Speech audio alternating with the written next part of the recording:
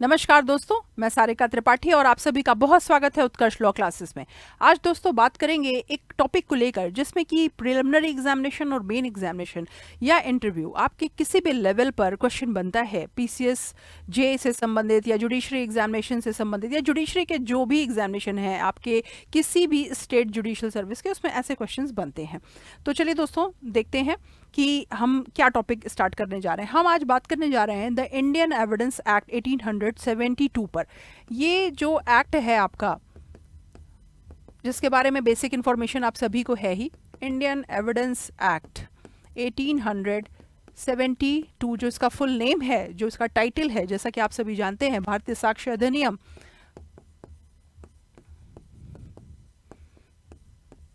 देखेंगे कि इसमें उस टॉपिक पर बात की जाए जिसपे प्री और मेन, प्रिलिमिनरी एग्जामिनेशन या मेन एग्जामिनेशन दोनों पे क्वेश्चन होते हैं, शॉर्ट नोट्स, फुल क्वेश्चन या फिर कैसे भी। आप सभी को मालूम है दोस्तों कि ये एक्ट नंबर 1 है, ये भी याद रखिएगा, एक्ट नंबर 1 है, ठीक है।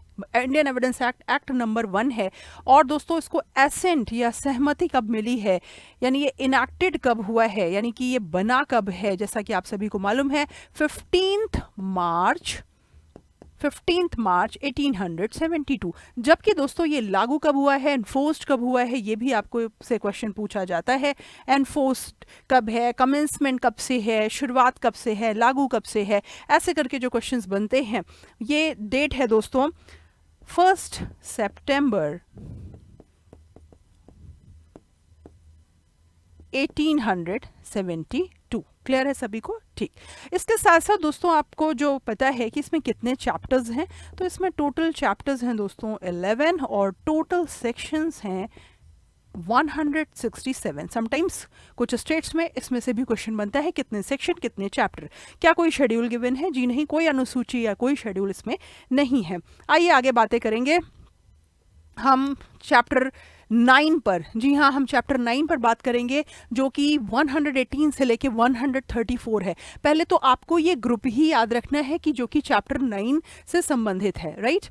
अब चल के बात करते हैं कि ये क्या है। साक्ष्यों के विषय में है दोस्तों, ये है ऑफ विटनेसेस के बारे में है। और पहला इंपॉर्टेंट सेक्शन 118 कि हु में टेस्टिफाई, बहुत पूछा जाता है, किस धारा में दिया है कि कौन साक्ष्य दे सकेगा। तो आप सभी को मालूम है दोस्तों कि सभी व्यक्ति साक्ष्य दे सकते हैं जो अपने से किए हुए क्वेश्चंस को समझते हों, उनके अच्छे तरीके से आंसर दे सकते हों, युक्तियुक्त तरीके से, रीजनेबल तरीके से, रैशनल आंसर दे सकते हों, वो दोस्तों क्या है, कॉम्पिटेंट टेस्ट विटनेस है या टेस्टिफाई किया जा सकता है। हाँ, ये ध्यान देखें, जब तक कि कोर्ट को लगता है कि ये क्वेश्चन नहीं समझ पाएगा, रैशनल आंसर नहीं दे पाएगा, तो फिर नहीं। अदरवाइज सभी व्यक्ति हैं, यहाँ तक कि एक पागल व्यक्ति जब अगर उससे क्वेश्चन पूछा जा रहा है, वो समझ सकता है, उसका आंसर दे सकता है, वो भी है दोस्तों एक सक्षम साक्षी, ठीक है। तो ये ध्यान रखेंगे। हाँ, अगर कुछ और बातें कि वो न्यायालय का विचार है कि वो कोमल वयस है, अति वार्धक्य है, शरीर के या मन के रोग या इसी प्रकार के अन्य कारण से अपने से किए हुए प्रश्नों को समझने या उन प्रश्नों का उत्तर देने से वो निवारित है। कोर्ट को क्यों लग रहा है ऐसा, ये रीजन से क्वेश्चन बनता है। क्यों लग रहा है? नंबर 1, उसके पीछे रीजन है by tender years, extreme old age, disease, whether body और माइंड और any other cause of same kind. Court को क्या लग रहा है कि वो रैशनल आंसर नहीं दे पाएगा, तभी वो सक्षम साक्षी नहीं है। इसके बाद आप जानते हैं कि मैंने आपको जैसे ही पहले बताया कि पागल व्यक्ति भी साक्ष्य दे सकता है अगर वो क्वेश्चंस को समझता है। उसके बाद जो 119 है दोस्तों, कि मान लीजिए कोई witness unable to communicate verbally, यानी वो डम्ब है ना, वो बोल नहीं सकता। अब उसके साक्ष्य को कैसा माना जाए? जी हाँ, वो ओपन कोर्ट में विटनेस दे सकता है, साक्ष्य दे सकता है। और कैसे दे सकता है? वो ऐसे किसी भी लिख कर, संकेत चिन्ह द्वारा दे सकता है, ठीक है। कहाँ देगा दोस्तों? कोर्ट में देगा। और ये कहाँ करेगा? खुले न्यायालय में, ओपन कोर्ट में करेगा दोस्तों।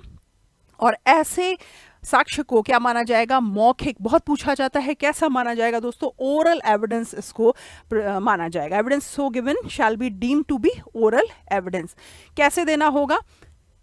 by writing or by signs, but such writing must be written and the signs made in open court. ये बहुत ज़रूरी है. तो एक डम्प विटनेस भी हो सकता है. हाँ, ये क्वेश्चन पूछता है कि ये होगा कौन, ये इसका एविडेंस कैसा होगा, तो ये ओरल एविडेंस होगा. ये चाहे लिखकर ही दे रहा है, ये ओरल एविडेंस है. लेकिन दोस्तों कि अगर एक द्विभाषिया या विशेष प्रबोधक की सहायता लेगा और इसकी वीडियो फिल्म भी बनाई जा सकती है. इसके बाद आप ये देखते हैं कि जो 120 कहता है, सेक्शन 120, कि सिविल वाद के पक्षकार और उनकी पत्नियां या पति और दांडिक विचारण के अधीन व्यक्ति का पति या पत्नी क्या सक्षम साक्षी हो सकते हैं. तो जी हाँ, सक्षम साक्षी होगा या होगी. जी हाँ, होंगे. तो ध्यान से देखिए, in all civil proceedings the parties to the suit, ध्यान से देखिए, parties to the suit and the husband और wife of any party to the suit shall be competent witness. Competent witness होंगे. बट क्रिमिनल मामले में आप ध्यान से देखिए, in criminal proceedings against any person the husband और wife of such person respectively shall be a competent witness. आप देख रहे हैं कि वो एक कॉम्पिटेंट विटनेस है. अब दोस्तों एक क्वेश्चन बनता है कि व्हाट इज प्रिविलेज कम्युनिकेशन, ये विशेषाधिकृत संसूचनाएं क्या हैं. ठीक है, एक क्वेश्चन बनता है आपसे कि ये विशेषाधिकृत संसूचनाएं क्या हैं, प्रिविलेज्ड कम्युनिकेशन क्या है, जो आपका शुरू होता है सेक्शन 121 से लेके 131 तक. ध्यान से देखेंगे, यानी ये कैसी हैं, प्रिविलेज्ड हैं.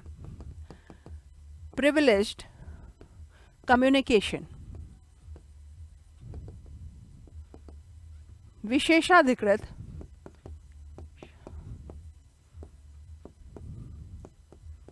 संसूचनाएं. राइट, ये पूछा जाता है कि ये क्या है, किस में आ रही है. तो आप देख रहे हैं कि ये वो कम्युनिकेशंस हैं, वो हैं संसूचनाएं हैं जिनको कि देने से रोक दिया जाएगा. इनको बताने के लिए कोर्ट में इनके बारे में साक्ष्य देने के लिए बाध्य नहीं किया जाएगा. ठीक है, तो वो कौन है, पहली जो बहुत इंपॉर्टेंट है, सबसे पहले पूछते हैं कि 121 में मैच द फॉलोइंग करके क्वेश्चन आता है. सेक्शन 121 में कौन है, आप देख रहे हैं, जजेस और मैजिस्ट्रेट को ये छूट मिली हुई है कि उनको जो कोर्ट में वो इस नाते काम कर रहे हैं, तो उनके आचरण के बारे में या किसी बात के बारे में जिसका ज्ञान उनको मैजिस्ट्रेट या जज रहने के समय, ऐसा कार्य करते समय जो जानकारी है वो बताने के लिए बाध्य नहीं किया जाएगा. हाँ, वो उन बातों को जरूर बता सकते हैं जो उनके सामने कोर्ट में घटित हुई हो. ठीक है, तो दोस्तों ये आप देखिए ध्यान से, other matters which occurred in his presence wheel he was so acting. इनको ये बता सकते हैं, अदरवाइज उन कंडक्ट के बारे में या और बातों के बारे में जो उनको कंपेल्ड नहीं किया जाएगा, बाध्य नहीं किया जाएगा, जो वो ऐसा काम करते हुए उनको जानकारी हुई है. तो पहली बात 121 में कौन है, जजेस एंड मैजिस्ट्रेट. 122 में दोस्तों एक अलग से क्वेश्चन बनता है प्री के पॉइंट ऑफ व्यू से. मेन में आपको ये सारे सेक्शन लिखने हैं, मेन बात इनकी बतानी है. और प्री में क्या पूछता है, कम्युनिकेशन ड्यूरिंग मैरिज किस सेक्शन में है. जी हाँ, आप देख रहे हैं 122 में है कि विवाहित स्थिति के दौरान में दी गई संसूचनाएं, शादी है और उस दौरान आपस में जो भी कम्युनिकेशन किए गए, तो जब तक पार्टी अपनी कंसेंट नहीं दे दे, दूसरी पार्टी कंसेंट नहीं दे दे, सहमति नहीं दे दे, तब तक इन्हें बताने के लिए कंपेल्ड नहीं किया जाएगा, बाध्य नहीं किया जाएगा. या तो पार्टीज के अगेंस्ट ही मामला चल रहा हो, एक दूसरे के अगेंस्ट ही मामला चल रहा हो, तब दे सकते हैं, अदरवाइज देने को मना है. इन लोगों ने आपस में विवाहित स्थिति के दौरान क्या कम्युनिकेशन किया, क्या संसूचनाएं दी, ये बताने के लिए बाध्य नहीं किया जाएगा. अगला सेक्शन है दोस्तों 123, जो सीधे सीधे पूछता है किसके बारे में, अफेयर्स ऑफ स्टेट.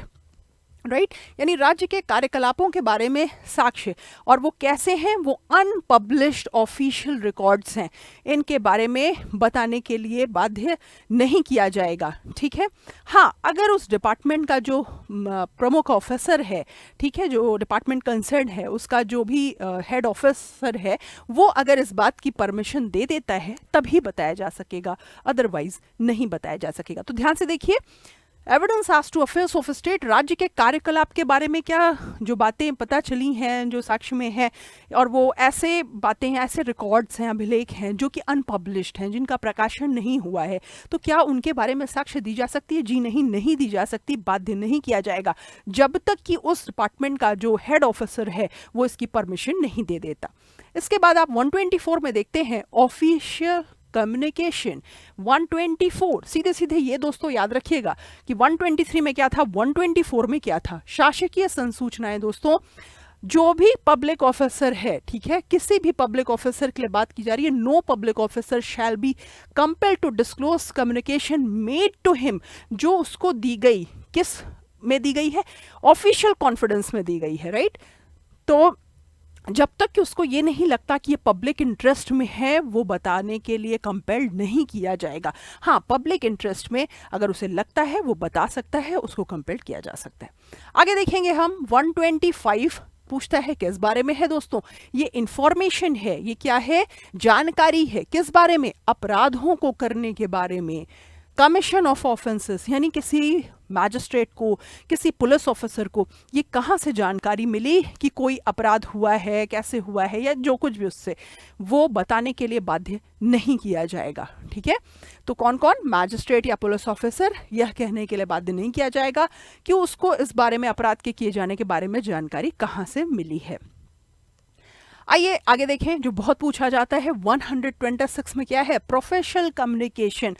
आप सभी वकील हैं, एडवोकेट हैं, प्रोफेशन में हैं, तो वृत्तिक संसूचनाएं भी, यानी अगर आप बैरिस्टर हैं, अटॉर्नी हैं, प्लीडर हैं, वकील हैं, या आपके जो भी और हेल्पर्स हैं, यानी कि आपका मुंशी है ना, आपका जो साथ में काम करने वाले और लोग हैं, उनको भी रोक दिया जाएगा जो उस वक्त आपके ऐसे साथ में काम कर रहे हैं, ठीक है।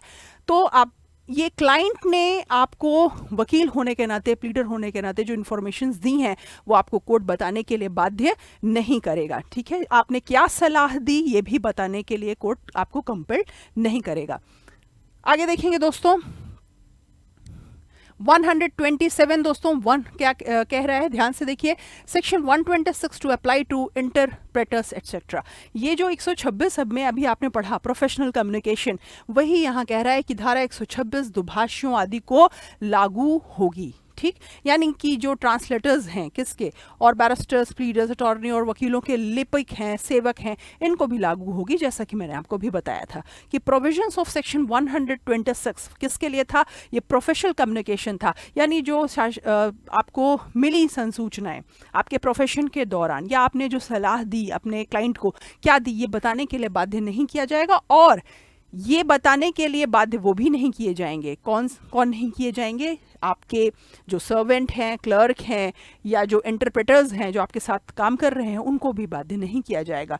ध्यान से देखेंगे इनको कि इनके लिए भी पूछता है।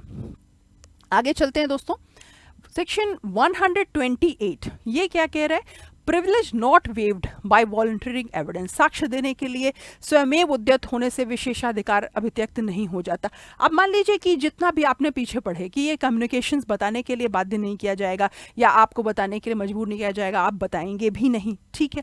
तो भले ही आप खुद से एविडेंस देने कोर्ट में जा रहे हो, तब भी आपको बाध्य नहीं किया जाएगा। जो प्रिविलेज्ड कम्युनिकेशन है वो प्रिविलेज्ड ही रहेगा। कम्युनिकेशन आपका विशेषाधिकृत संसूचना ही रहेगी, चाहे आप खुद ही से जा रहे हो कोर्ट। ये कहाँ पूछ रहा है, और साक्ष्य देने के लिए 128 में ये सेक्शन में मार्जिनल नोट है जिसमें से क्वेश्चन पूछता है दोस्तों। हाँ, अब अगली पार्टी ने ही आपको कंसेंट दे दी है कि ठीक है आप बता दो, तो आप बता सकते हो।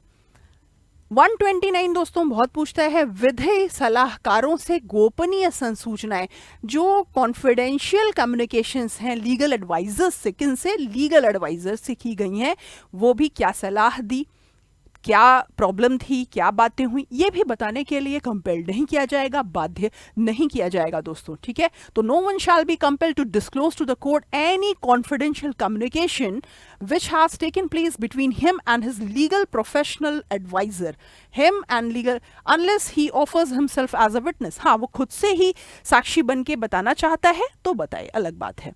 आइए आगे चलते हैं, सेक्शन 130 देखते हैं क्या कह रहा है। ये है जो साक्षी पक्षकार नहीं है उसके हक विलेखों का पेश किया जाना।